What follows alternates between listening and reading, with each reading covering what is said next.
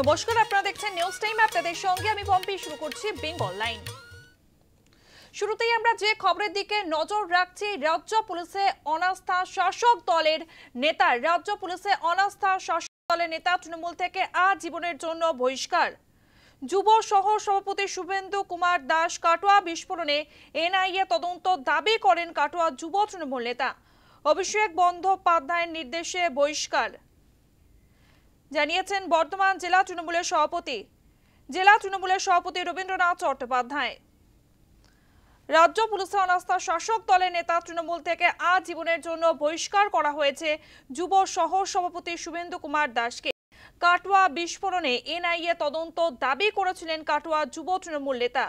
এরপরে তৃণমূলের সর্বভারতীয় সাধারণ সম্পাদক অভিষেক বন্দ্যোপাধ্যায়ের নির্দেশে বহিষ্কার। যে অভিযোগে তৃণমূল থেকে আজীবনের জন্য বহিষ্কার করা হয়েছে যুব সহ সভাপতি শুভেন্দু কুমার দাসকে, কি অভিযোগ ছিল শোনাবো আপনাদের।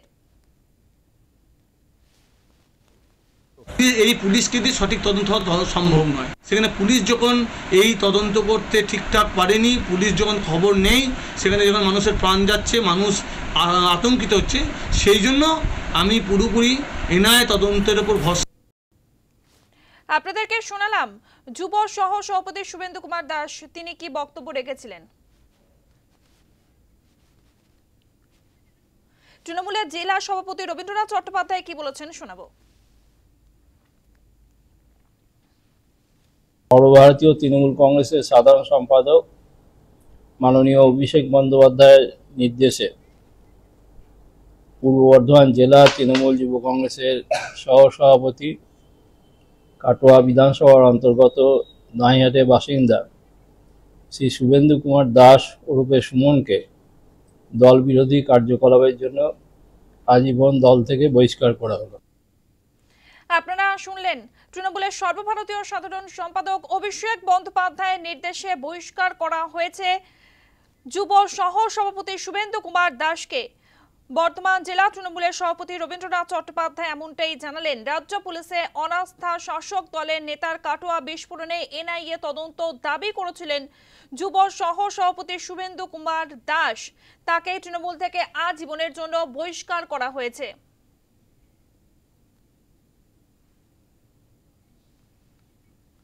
রাজ্য পুলিশে অনাস্থা শাসক দলের নেতা তৃণমূল থেকে আজীবনের জন্য বহিষ্কার যুব সহ সভাপতি শুভেন্দু কুমার দাসকে। কাটোয়া বিস্ফোরণে এনআইএ তদন্ত দাবি করেন কাটোয়া যুব তৃণমূল নেতা। একটু আগেই আপনাদেরকে শোনালাম তিনি ঠিক কি বক্তব্য রেখেছিলেন। অভিষেক বন্দ্যোপাধ্যায়ের নির্দেশেই বহিষ্কার জানিয়েছেন বর্ধমান জেলা তৃণমূলের সভাপতি রবীন্দ্রনাথ চট্টোপাধ্যায়।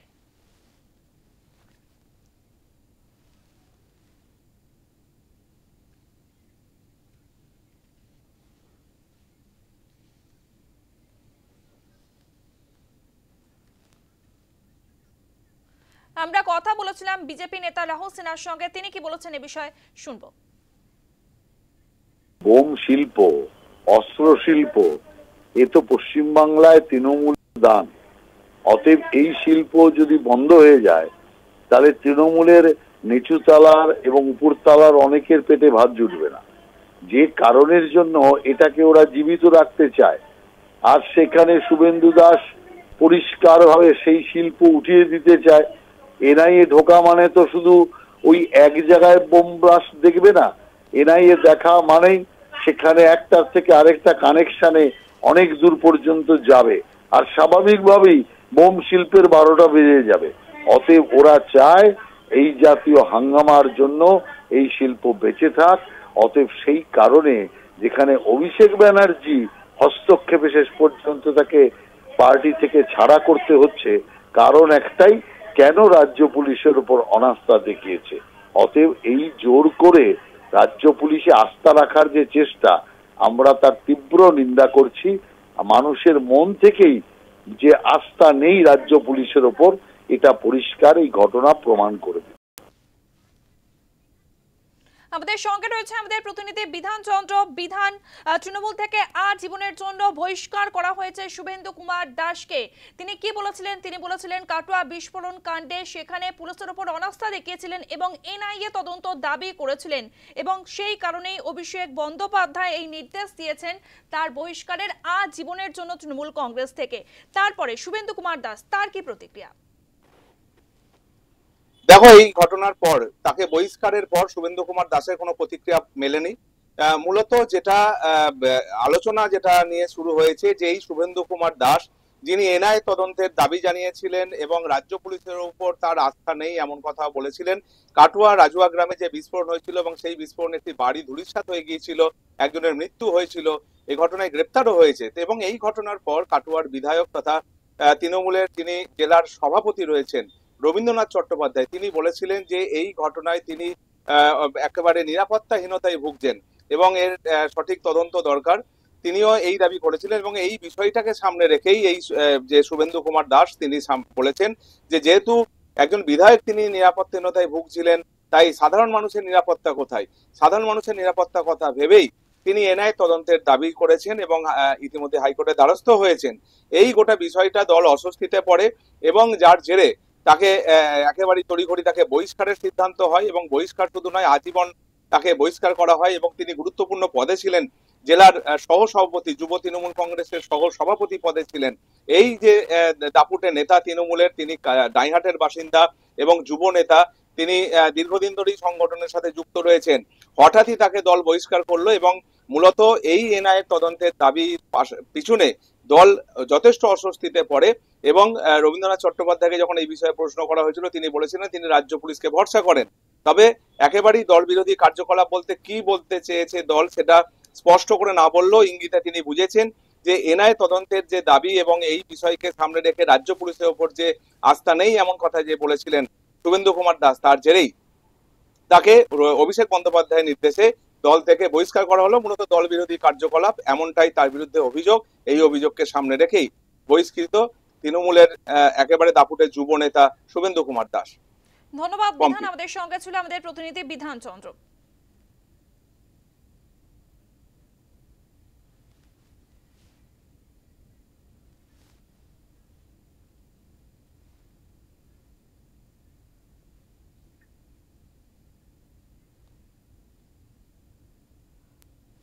কাকদ্বীপে খুন তৃণমূল নেতার ভাইপো, চাষের জমি থেকেই উদ্ধার হয়েছে তার দেহ। এই খবর নিয়ে ফিরবো একটা ছোট্ট বিরতির পরে। কাকদ্বীপে খুন তৃণমূল নেতার ভাইপো, চাষের জমি থেকেই তার রক্তাক্ত দেহ উদ্ধার হয়েছে। মৃত যুবকের নাম রাকিব শেখ। রামতনুনগর বুথ সদস্যের ভাইপো রাকিব খুন করা হয়েছে বলে অনুমান পুলিশের। কাকদ্বীপে খুন তৃণমূল নেতার ভাইপো, চাষের জমি থেকেই রক্তাক্ত দেহ উদ্ধারের ঘটনায় চাঞ্চল্য ছড়িয়ে পড়ে। আপনারা দেখতে পাচ্ছেন সেই ছবি আপনাদেরকে দেখাচ্ছি, যেখানে গ্রামবাসীরা ভিড় করেছে। চাষের জমি থেকেই উদ্ধার হয়েছে তার রক্তাক্ত দেহ। তৃণমূল নেতার ভাইপোকে খুন করা হয়েছে এমনটাই অনুমান পুলিশের। রামতনুনগর বুথ সদস্যের ভাইপো রাকিব। মৃত যুবকের নাম রাকিব শেখ। আমাদের সঙ্গে রয়েছে আমাদের প্রতিনিধি প্রসেনজিৎ সাহা। প্রসেনজিৎ, কাকদ্বীপে খুন করা হয়েছে তৃণমূল নেতার ভাইপোকে, চাষের জমি থেকেই তার রক্তাক্ত দেহ উদ্ধার হয়েছে। এই খুনের পিছনে কি কারণ রয়েছে? মৃতের পরিবারের তরফ থেকে কি বলা হচ্ছে?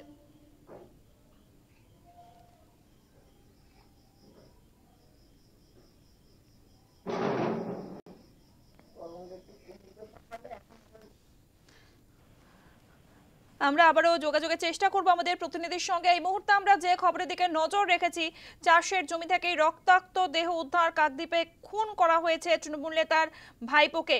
মৃত যুবকের নাম রাকিব শেখ। রামতনুনগর বুথ সদস্যের ভাইপো রাকিব খুন করা হয়েছে বলে অনুমান পুলিশের।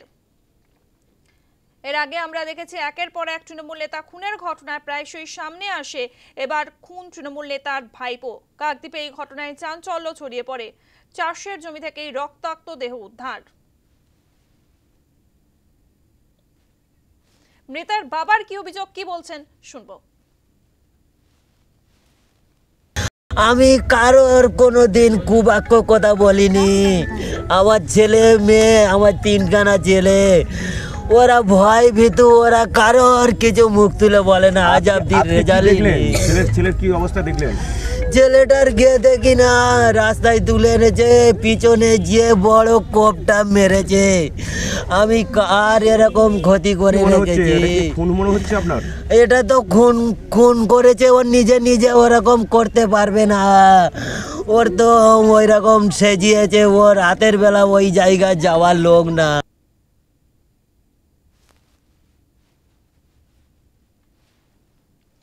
চাষের জমি থেকে রক্তাক্ত দেহ উদ্ধার হয়েছে তৃণমূল নেতার ভাইপো।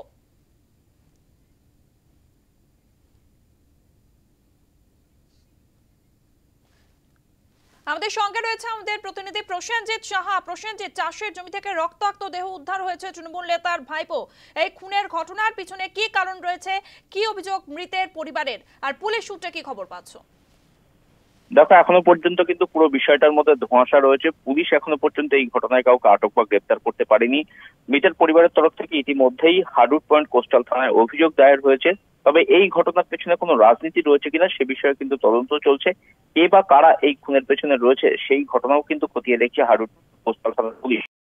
সকালে এলাকার মানুষজন এই রামতনুনগর গ্রাম পঞ্চায়েত এলাকার ৩ নম্বর বুথে কার্যত রক্তাক্ত অবস্থায় এই রাকিব শেখের দেহ পড়ে থাকতে দেখে। তার মাথার পেছনে ধারালো অস্ত্র দিয়ে কোপানো হয়েছে বলে প্রাথমিকভাবে জানা গিয়েছে। ঘটনার খবর পেয়েই কার্যত হার্ডউড পয়েন্ট কোস্টাল থানার পুলিশ তারা ঘটনাস্থলে পৌঁছয় এবং সেখানে গিয়ে তারা মৃতদেহ উদ্ধার করে। দেহ ময়নাতদন্তের জন্য পাঠানো হয়। এই ঘটনায় এখনো পর্যন্ত পুলিশ কাউকে গ্রেপ্তার করতে পারেনি। এই রাকিব শেখের কাকা সালাউদ্দিন শেখ, সে এলাকার তৃণমূল নেতা, এই বুথের অন্যতম সদস্য তেমনটাই জানা যাচ্ছে। এই ঘটনার পেছনে এখনো পর্যন্ত কিন্তু কোন রকম রাজনীতির যোগসূত্র পাওয়া যায়নি বলে পুলিশের তরফ থেকে জানানো হয়েছে। পম্পি। ধন্যবাদ প্রসেনজিৎ। আমাদের সঙ্গে ফোন লাইনে ছিল আমাদের প্রতিনিধি প্রসেনজিৎ সাহা।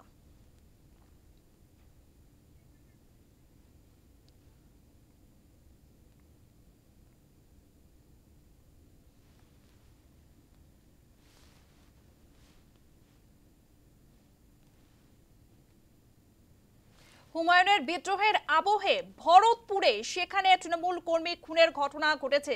এই খবর নিয়ে ফিরবে একটা ছোট্ট বিরতির পরে। ভরতপুরে তৃণমূল বিধায়ক হুমায়ুন কবিরের বিদ্রোহের আবহে খুনের ঘটনা ঘটেছে। মুর্শিদাবাদের ভরতপুরে তৃণমূল কর্মী খুন। নিহত তৃণমূল কর্মীর নাম ষষ্ঠী ঘোষ। রাতে বাড়ি ফেরার পথে দুষ্কৃতী হামলা, কুপিয়ে খুন করা হয় বলে অভিযোগ। টাকা চুরি করা নিয়ে বিবাদ থেকে খুন অনুমান পুলিশের। এই ঘটনায় গ্রেফতার করা হয়েছে দুজনকে। মৃতের আত্মীয় কি বলেছেন শোনাবো। আমরা যে দেখলাম যে মার্ডার হয়ে পড়ে আছে। বাবা গিয়েছিল মদনপুর মুনিশ দেখার জন্য, দিয়ে বাড়ি আসার সময় এখন কেউ মার্ডার করে দিয়েছে। এই গ্রামের এখন একজন মডেল ছিল, এটাই শুনেছি, চেংনা শ্রীকান্ত ঘোষ। ও এই গ্রামে মডেল ছিল। ও মানে এই গ্রামে যখন রথ হয়, এখন মেলা পুজো হয়, দিয়ে হিসাব দিত না পুজোর, দিয়ে তার জন্য বাবা হয়তো কিছু বলেছিল যে হিসাব চাইছিল যে রথ হয়নি কেন, হিসাব দিতে হবে, এর জন্য মার্ডার করে দিয়েছে।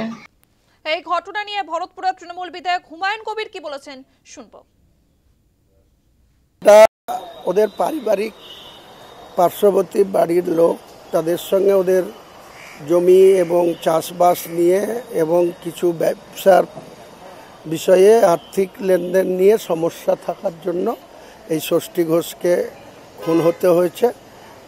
ভরতপুর তথা মুর্শিদাবাদ জেলার প্রশাসন সঠিকভাবে এটা তদন্ত করছে। যারা খুন করেছে বা খুনের সঙ্গে যুক্ত তাদের বিরুদ্ধে কড়া ব্যবস্থা নেবে, অ্যারেস্ট করবে, জুডিশিয়ালে তুলবে এবং তারা সাজা পাবে। কংগ্রেস নেতা অধীর রঞ্জন চৌধুরী কি বলেছেন শোনাবো। তৃণমূলের পঞ্চায়েতের নেতা, তাকে খুন করতে আগ্রহী হবে শুধুমাত্র তৃণমূল, অর্থাৎ তৃণমূলের হাতে খুন হচ্ছে। তৃণমূল এটা জানার জন্য, বোঝার জন্য কোনো অনুসন্ধান বা গবেষণার প্রয়োজন আছে বলে আমি মনে করি না। কারণ এটা আজকের বাংলার নতুন একটা তৃণমূলী সিন্ড্রোম। তৃণমূলের আরেকটা নতুন প্রকাশ হচ্ছে যে পশ্চিমবঙ্গের বিভিন্ন জেলাতে তৃণমূলকে খুন করতে ময়দানে নেমে গেছে। কারণ একটাই, বখরার মারামারি। চোর বেশি, রসদ কম, বখরার মারামারি, আর এই বখরার মারামারিতে হত্যার ঘটনা বেড়ে। এই ঘটনার প্রতিবেদন দেখুন আমাদের প্রতিনিধি মোহাম্মদ রফির সঙ্গে। তৃণমূল কর্মী চাঞ্চল্য মুর্শিদাবাদে। গতকাল মুর্শিদাবাদের ভরতপুরের আলুগ্রাম পঞ্চায়েতের সিহালা গ্রামের বাসিন্দা ষষ্ঠী ঘোষ, সে জমিতে ট্রাক্টর দিয়ে চাষাবাদ করে। সেই চাষাবাদের টাকা, সেই টাকা গতকাল রাত্রে আনতে যায় এবং সেখানেই আনতে গিয়ে ভরতপুরের ময়ূরাক্ষী নদীর পাশেই যে সুনিয়া গ্রাম, সেই গ্রামেই সেখানে দুষ্কৃতীরা ধারালো অস্ত্র দিয়ে তাকে এলোপাথারি কোপায় এবং ঘটনাতেই সেখানে লুটিয়ে পড়ে ষষ্ঠী ঘোষ। এবং এরপরেই এই ঘটনার খবর পায় পুলিশ এবং পুলিশ সেখান থেকে উদ্ধার করে কান্দি মহকুমা হাসপাতালে নিয়ে আসলে সেখানে চিকিৎসক তাকে মৃত বলে ঘোষণা করে। যদিও এই ঘটনার পরেই কংগ্রেসের তরফ থেকে যেটা জানানো হয়েছে, অধীর রঞ্জন চৌধুরী তিনি জানিয়েছেন যে এটা তৃণমূল কর্মী যে ষষ্ঠী ঘোষ সে খুন হয়েছে, তৃণমূলের হাতেই খুন হয়েছে। যদিও এই যে অভিযোগ, এই অভিযোগকে ভিত্তিহীন বলে তৃণমূলের পক্ষ থেকে জানানো হয়েছে যে গ্রামে যে একটি বিবাদ, টাকা পয়সা সংক্রান্ত যে হিসাব, সেই জায়গা থেকেই এই খুন হয়েছে বলে তৃণমূলের তরফ থেকে জানানো হয়েছে। যদিও এই ঘটনা তদন্তে নেমে পুলিশ এখনও পর্যন্ত দুজনকে গ্রেপ্তার করেছে এবং এই দুজনকে তাদের গ্রেপ্তার করার পরে নিজেদের হেফাজতে নিয়ে এই যে ঘটনা, এই যে খুনের ঘটনা, কি কারণে এই ঘটনা ঘটেছে, আদৌ কি তৃণমূলের হাতেই কি এই কর্মী ষষ্ঠী ঘোষ তিনি কি খুন হয়েছেন না অন্য কোনো কারণ রয়েছে, সঠিক কী কারণ রয়েছে, সেই সমস্ত ঘটনার তদন্ত শুরু করেছে ভরতপুর থানার পুলিশ। মুর্শিদাবাদ থেকে মোহাম্মদ রফির রিপোর্ট, নিউজ টাইম।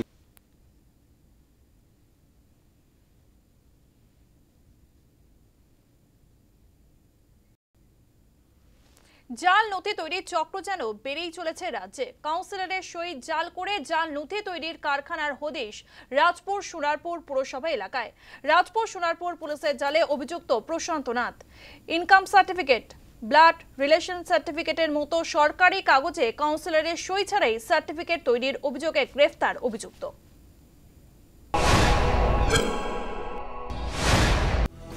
রাজ্যে একের পর এক জাল নথি তৈরির ঘটনা প্রকাশ্যে আসছে। এবার কাউন্সিলরের সই জাল করে চলছে দেদার নথি তৈরির কাজ। ঘটনা রাজপুর সোনারপুর পুরসভা এলাকার।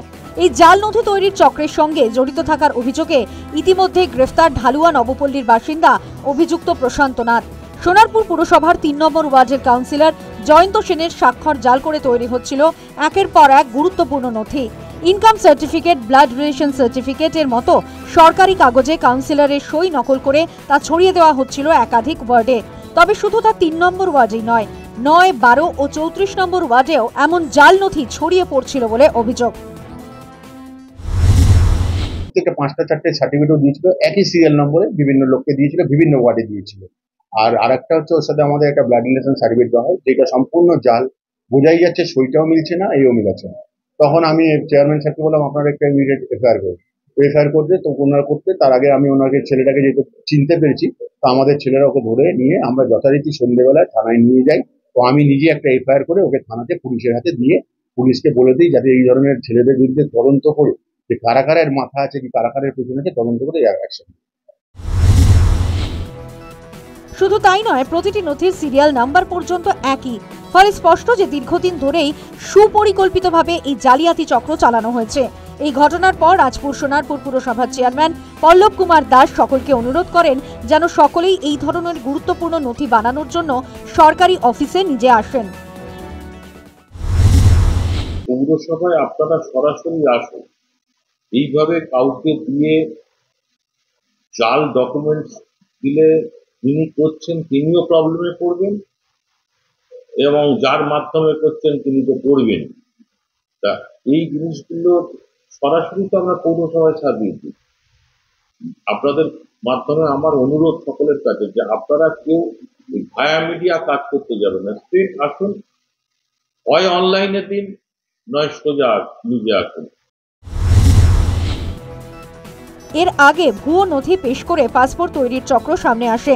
তখনই সামনে আসে জনপ্রতিনিধিদের স্বাক্ষর করা ভুয়ো বসবাসের সার্টিফিকেট পেশ করে তৈরি হতো আধার রেশন কার্ড। এখানেও তাই। পুলিশ সূত্রে খবর, পেশায় নথিপত্র তৈরির কাজ করলেও আড়ালে একের পর এক জাল সার্টিফিকেট তৈরি করতেন তিনি। শুধু তাই নয়, এই ভুয়ো নথির মাধ্যমেই তৈরি হতো রেশন কার্ড, কাস্ট সার্টিফিকেটের মতো একাধিক পরিচয়পত্র। এই জাল নথির কারবারির সাথে আরও কারা জড়িত, কোথা থেকে আসছে জাল ফর্মা বা নকল সিল, সবটা জানতেই তৎপর police. News time.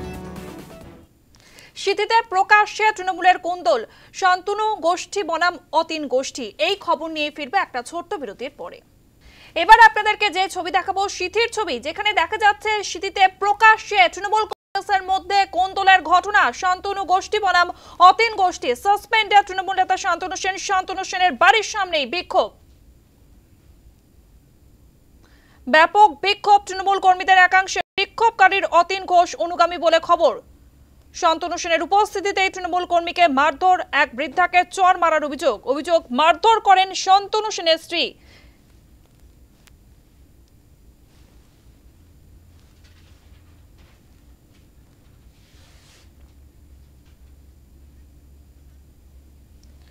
Suspended Trinamool নেতা শান্তনু সেন কি বলেছেন শোনাবো।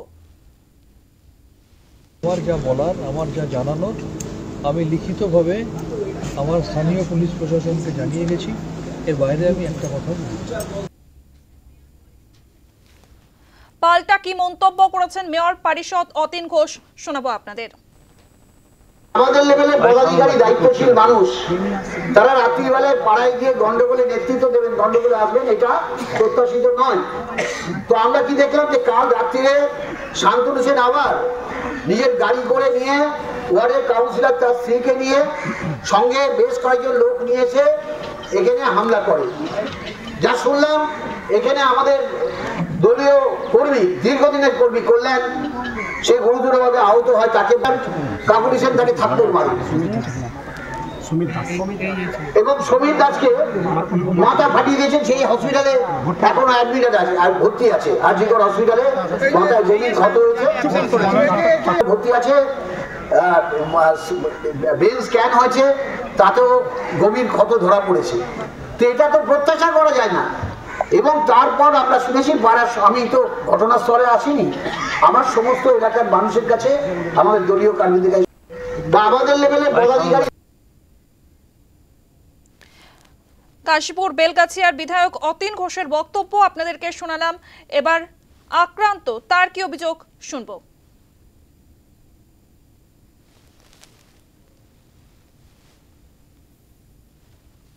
এই সেই পার্ক, যেই পার্কের ভেতর রাত নামলেই নেশার আতুর ঘরে পরিণত হয়, এমনটাই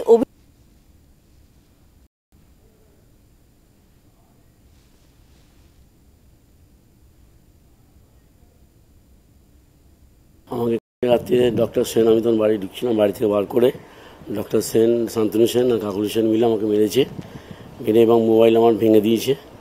এই অবস্থা ফেলে লাঠিটা দিয়ে মেরেছে। হাতে একটা কি লাঠি না রড ছিল, ওটাতে প্রথমে মারে, তারপরে থাবলা মারে, ফেলে আমাকে পায়ে লাথি মারে, আমার মোবাইলটা ভেঙে দেয়। কেন? কিছু ছেলে আমাদের পাশে একটা ছোটো পার্ক আছে, ওখানে নেশাগ্রস্ত করে, মদ গাঁজা খায়। আমরা বারণ করেছিলাম, বারণ করে সন্ধ্যাবেলা আমরা চলে এসেছিলাম। তারপরেতে দেখি যেহেতু ওই ছেলেগুলো ওনার সঙ্গে থাকেন, যার জন্য ছেলেগুলো তো কিছু বলেছে আমাদের নামে, উনি যার জন্য এসে রাত্রিবেলা আমাদের এরকম অবস্থা। প্রতিবেদন তুলে ধরেছে আমাদের প্রতিনিধি প্রিয়াঙ্কা আইচ ভৌমিক।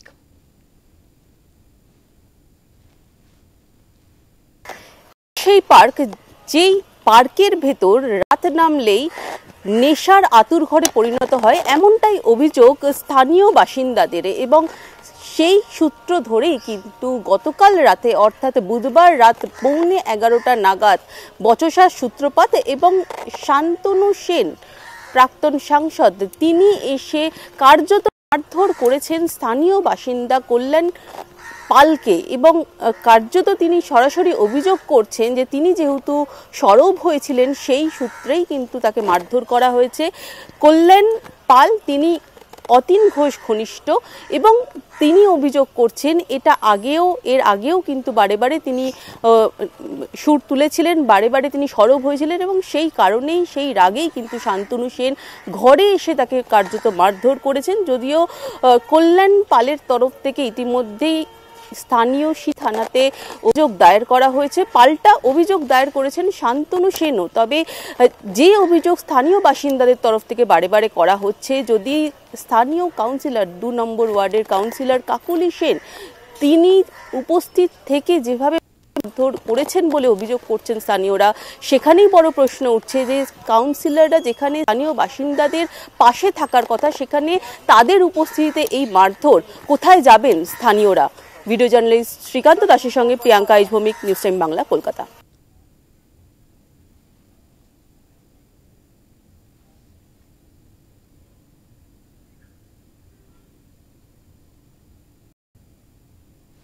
এবার বাংলাদেশি ইস্যুতে সরব হয়েছেন মিঠুন চক্রবর্তী। পশ্চিমবঙ্গ থেকে বহিরাগত বের করা সমস্যা, তার মানে এখানে সব থেকে বেশি বহিরাগত। বাংলাদেশি ইস্যুতেই সরব হয়েছেন মিঠুন চক্রবর্তী।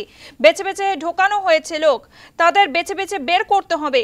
এসআইআর ইস্যুতেও মমতাকে তোপ মিঠুনের। মমতা বন্দ্যোপাধ্যায় ভোটের জন্য এসব বলছেন, উস্কানি দেওয়ার জন্যই এই ধরনের মন্তব্য। এবারে তৃণমূলের বিসর্জন অনিবার্য বলেও মন্তব্য করেন মিঠুন চক্রবর্তী।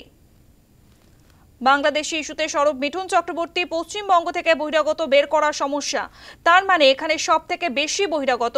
বেছে বেছে ঢোকানো হয়েছে লোক, তাদের বেছে বেছে বের করতে হবে। এসআইআর ইস্যুতেও মমতা বন্দ্যোপাধ্যায়কে তোপ দেখেছেন মিঠুন চক্রবর্তী। মমতা বন্দ্যোপাধ্যায় ভোটের জন্য এসব বলছেন, উস্কানি দেওয়ার জন্যই এই ধরনের মন্তব্য। এবারে তৃণমূলের বিসর্জন অনিবার্য বলেও মন্তব্য করেছেন। 70টির বেশি আসন পাবে না তৃণমূল কংগ্রেস, বলেছেন মিঠুন চক্রবর্তী।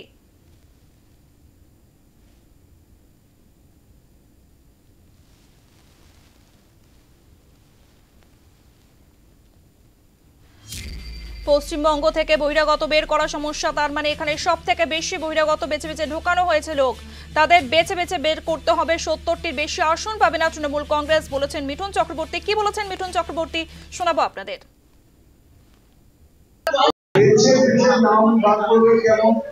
বেছে বেছে তাদেরই বার করা হচ্ছে যারা বেছে বেছে এখানে এসেছেন।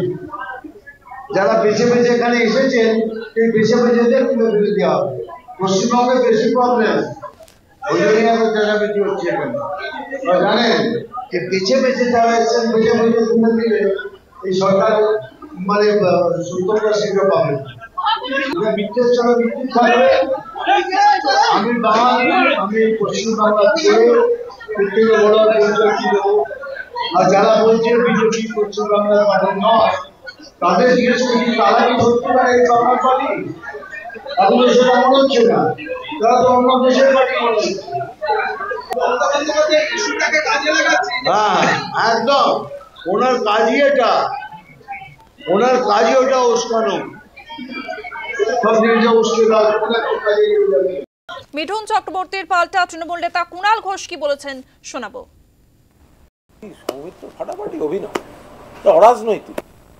পশ্চিমবঙ্গের মানুষ যারা একেবারে নতুন ভোটার থেকে নিয়ে 45 বছর, আপনার একটা পোস্ট আজকে দেখা যাচ্ছে যেখানে আপনি তফসিল বলে বলছেন ভালো লাগবে, ভালো লাগছে না। না এটা তো এটা মানে সিনেমার অংশ। দেখবেন কি করে বলুন তো?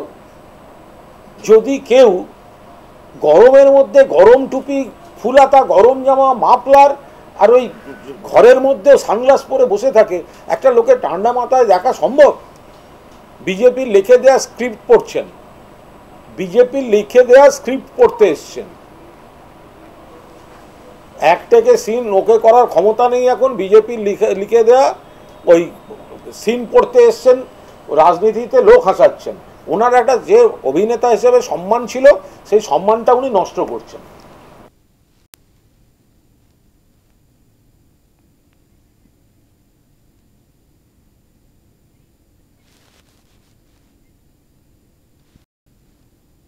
রহস্যজনকভাবে নিখোঁজ হয়ে গিয়েছে নাবালিকা। আসানসোলে এই ঘটনায় উৎকণ্ঠার পরিস্থিতি তৈরি হয়েছে। এই খবর নিয়ে ফিরবো একটা ছোট্ট বিরতির পরে। 6 দিন হয়ে গেলেও রহস্যজনকভাবে নিখোঁজ রয়েছে নাবালিকা ছাত্রী। এই ঘটনায় উৎকণ্ঠার পরিস্থিতি তৈরি হয়েছে আসানসোলের সালানপুরে। পরিবারের অভিযোগ, অপহরণ করা হয়েছে, চাওয়া হয় 3 লক্ষ টাকা মুক্তিপণ। মেয়েকে ফিরে পাওয়ার জন্য আবেদন জানান রাজ্যের মুখ্যমন্ত্রী মমতা বন্দ্যোপাধ্যায় সহ পুলিশ প্রশাসনের কাছে। পরিবারের তরফে অপহরণের অভিযোগ করার পর অপহরণের মামলা দায়ের করে তদন্ত শুরু করেছে পুলিশ। নিখোঁজ হয়ে যাওয়া নাবালিকা তার বাবাকে ফোন করেছিল, সেই অডিও আপনাদেরকে শোনাবো, যদিও এই অডিও সত্যতা যাচাই করেনি নিউজ টাইম। अरे बाप, मेरा बाबू देखो, अगर मैया मोहर बांध ले बाबू का। अरे बाप भाई, तुमको क्या बाबू चाहिए? क्या चाहिए बाबू? क्या चाहिए भाई? बोलो। मेरा बाबू छोड़ दो बाबू। भाई क्या चाहिए भाई? कुछ नहीं करेंगे, कोई केस नहीं करेंगे बाबू। मेरा बांध के है बच्चा का। कहाँ है बेटा? कौन लेके गया तुमको? कहाँ कहाँ कहाँ से उठा? अरे कहाँ से लेके गया? नाम बता। कहाँ से लेके गया तुमको? कहाँ पर है? खाली पता कहाँ है जगह बताओ। मत रो बाबू, कैसे हम खोजिए बेटा? तेरा कहाँ है? आसनसोल से कैसे गए बेटा? टोटो से बेटा तो कहाँ है? कैसे हम खोजिए? बोल, हिम्मत रख। आज जैसे बोल सुनने जैसे जैसे बोला ना तो सुन ले, जो हिम्मत रख बेटा। ये बेटा बोल, जो है पैसा कितना लेगा हम देंगे। बाबू उसको बोलो, कितना पैसा लेगा हम देंगे। बाबू बोलो बाबू। अच्छा सुनो, तुमको कहाँ लेके गया ये तुमको मालूम है? अभी तो अच्छा ठीक है। तुमको हम बचा लेंगे, जो भी होगा। तुम जानती, खाली अपना जान मत देना। जो भी बोलेगा तुम करते रहना। আপনাদেরকে শোনালাম নিখোঁজ নাবালিকার সঙ্গে তার বাবার কথোপকথন। এবার শোনাবো তার বাবা কি বলছেন। डाबर मोड़ 9:42 में यहाँ कैमरा में देखा गया कि वो डाबर मोड़ का बस पकड़ी है। उसके बाद हम लोगों को पुलिस में इंफॉर्मेशन शाम 2 बजे के बाद हम लोग खोजना स्टार्ट कर दिए बच्चे को। पुलिस में खबर की तो वो बताया कि इसका लोकेशन आसनसोल में है। आसनसोल हम लोग गए तो पता नहीं चला, लेकिन बाद में सीसी कैमरा में देखा गया जीआरपी का, तो 7:16 में सीढ़ी से बाहर उतर रही है, सबसे लास्ट ये तरफ से। उसके बाद से बच्चे का कुछ पता नहीं चला। पुलिस अपना काम कर रही है, आप लोग भी मदद चाहिए, पुलिस से मदद चाहिए, ममता दीदी से मदद चाहिए कि मेरा बच्ची किसी भी हाल में हो, कहीं भी हो। आज 6 दिन हो गया है, घर वापसी चाहिए। 15 साल उसका उम्र है, क्लास 10 का छात्र है, DAV का। और क्या बताएं, वो लोग फिरौती भी मांगा गया, 3 लाख का डिमांड किया। हमने कुछ पैसा, वो 2 QR कोड भी भेजा गया जिसमें हम 2001 रुपया हम दिए हैं। अभी तक मेरा बच्चे का कुछ पता नहीं है। আমাদের সঙ্গে রয়েছে আমাদের প্রতিনিধি বিশ্বজিৎ ঘোষ। বিশ্বজিৎ, 6 দিন পার হয়ে গিয়েছে, এখনো পর্যন্ত নিখোঁজ রয়েছে ওই নাবালিকাকে কবে শেষ দেখা গিয়েছিল, কোথায় দেখা গিয়েছিল? আমরা শোনালাম নাবালিকার সঙ্গে তার বাবার কথোপকথন হয়েছে। কথোপকথন যে হয়েছে, কোথা থেকে সে কথা বলছে, পুলিশ সূত্রে কি জানতে পারছো এখনো পর্যন্ত? দেখো পম্পি, এই পশ্চিম বর্ধমানের সালানপুরের বনজেমারি কলিয়ারির বাসিন্দা জাহাঙ্গীর খান, তিনি ECL এর কর্মীও বটে, এবং তারই মেয়ে 15 বছরের নাবালিকা, এবং সে স্থানীয় একটি বেসরকারি ইংরাজি মাধ্যম স্কুলের 10ম শ্রেণীর ছাত্রী, এবং সে গত শনিবার সকালে টিউশন পড়তে গিয়েছিল বলে তার পরিবার জানিয়েছে, এবং তারপর থেকেই তার আর খোঁজ পাওয়া যায়নি। পরবর্তীতে তার মেয়ের যে মোবাইল নাম্বার, অর্থাৎ ওই নাবালিকা ছাত্রী যে মোবাইল নাম্বার, সেখান থেকে হোয়াটসঅ্যাপে মেসেজ আসতে থাকে, এবং সেখানেই বলা হয় যে তাদের মেয়েকে অপহরণ করা হয়েছে এবং মুক্তিপণ হিসাবে 3 লক্ষ টাকা দিতে হবে। স্বাভাবিকভাবেই বিচলিত হয়ে পড়েন তার পরিবার, এবং সঙ্গে সঙ্গেই সালানপুর থানায় একটি অপহরণের ডায়েরি করা হয়, অর্থাৎ অপহরণের অভিযোগ করা হয়, এবং তারপরেই পুলিশ অপহরণের মামলা রুজু করে তদন্তে নামে।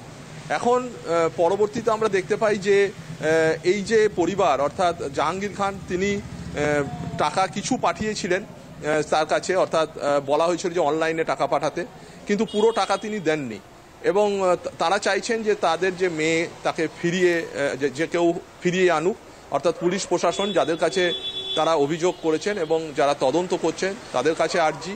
পাশাপাশি মুখ্যমন্ত্রী মমতা বন্দ্যোপাধ্যায়ের কাছেও জাহাঙ্গীর খান দাবি করেছেন যে তাদের মেয়েকে যাতে তাদের হাতে তুলে দেওয়া হয়, তার ব্যবস্থা পুলিশ প্রশাসন করুক। এখন যে বিষয়টা আসছে সেটা হচ্ছে যে যেভাবে হোয়াটসঅ্যাপে মেসেজ করা হয়েছে, বা তুমি যেরকম বললে লোকেশন কোথায়, লোকেশন যেটা জানা যাচ্ছে গুজরাটের সুরাট, সেখান থেকে মেসেজ করা হয়েছে। এখন সেখানে যে ভিডিও কলে কথাও হয়, সেখানে দেখা যায় মেয়েটির মুখে পট্টি বাঁধানো ছিল, সেই অবস্থাতেই তাকে ভিডিও কলে তার বাবার সঙ্গে কথা বলতে দেওয়া হয়। এই যে পরিস্থিতিতে স্বাভাবিকভাবেই একটা রহস্য রয়েছে, কারণ হচ্ছে যে এইভাবে যারা অপহরণ করে কাউকে, তারা এইভাবে যোগাযোগ করে না সেক্ষেত্রে, কিন্তু এক্ষেত্রে যেভাবে যোগাযোগ করা হয়েছে এটা আদৌ কোনো অপহরণের ঘটনা কিনা সে বিষয়ে যেমন তদন্ত শুরু করেছে পুলিশ, সেইভাবেই এই যে নাবালিকা যার নিখোঁজ ঘিরে একটা রহস্য দানা বেঁধেছে, সেই রহস্য উন্মোচনেরও তারা প্রচেষ্টা করছে। এবং যদি অপহরণ হয়ে থাকে সেক্ষেত্রে তাকে কারা অপহরণ করলো এবং শুধুমাত্র কি মুক্তিপণের উদ্দেশ্যেই তাকে অপহরণ করা হলো। আর একটা বিষয় যে একেবারে তাকে অপহরণ করে গুজরাটের সুরাটে নিয়ে তারা চলে গেল। সুতরাং সব বিষয়টাই তদন্ত করছে পুলিশ। তবে পরিবারের পক্ষ থেকে যেটা দাবি করা হচ্ছে যে তারা যেন, অর্থাৎ পুলিশ প্রশাসন যেন তাদের মেয়েকে ফিরিয়ে আনার চেষ্টা করে, এবং এক্ষেত্রে অপহরণকারীরা আদৌ ধরা পড়বে কিনা বা অপহৃত আদৌ কবে উদ্ধার হবে, এখন সেদিকেই সকলের চোখ রয়েছে। একেবারে ধন্যবাদ বিশ্বজিৎ। আমাদের সঙ্গে ছিল আমাদের প্রতিনিধি বিশ্বজিৎ ঘোষ। বেঙ্গল লাইন আজকের মতো এই পর্যন্তই। বিরতির পর দেখুন নিউজ এক্সপ্রেস। রাত ৮টায় দেখুন স্বপ্নার সঙ্গে নেশন টাইম।